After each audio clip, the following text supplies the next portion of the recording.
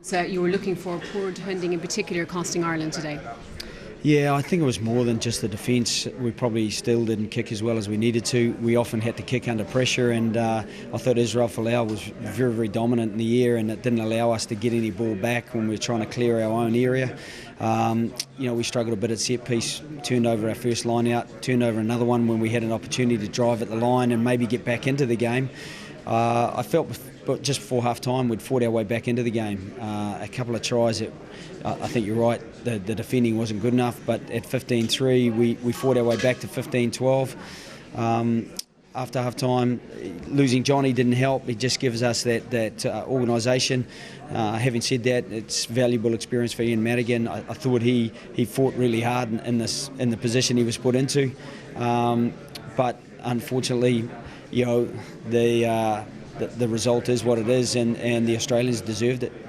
Johnny Sexton, is it a hamstring injury? How bad is it, do you know? Yeah, it is a hamstring injury, and I'm not sure what grade of injury it is at the moment, but we'll find that out over the next 48 hours, I guess. And what about Rob Kearney?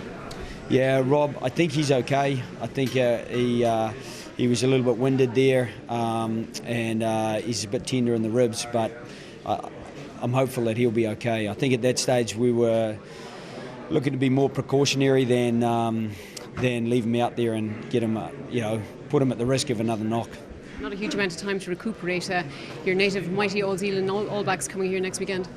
Yeah, again, we know how good they are. We knew how good the Australians were, and all we can do is prepare as best we can. That will start with trying to recover from this game for the next 48 hours, then trying to get together, having a look at what we need to improve on, and then trying to forge ahead from there. But yeah, it's going to be a very tough ask, but there's a fair bit of character in the side, and hopefully they come back and keep the supporters interested next week. Thanks, Joe. Cheers, thank you. Now, very quickly, we're running out of time. A sentence to meet you next Saturday, Sunday, Brent Pope, New Zealand. Well, it's only the All Blacks, Tom, so I wouldn't be too worried about it, No, look, my problem is he might look at changing selections. I would look at someone like Shane Jennings. I think that, to get to the ball, maybe move Sean O'Brien into another position. I think that you need to be more dynamic. You need ball carriers, and you certainly need to match McCaw and the likes, or Sam Cane. Sorry, Brent. A sentence from you, Ronan? Difficult, but we'll learn Does it need radical changes? No, it doesn't. No, I think that's a complete overreaction. You're missing the point completely. I think the team isn't established at this stage. There's an awful lot of people finding their feet at international level. It's the toughest opponents in the world next Sunday, but you'll take learnings out of it and you'll develop, and as a result in 6 months' time we'll be better for it. Shane Horgan?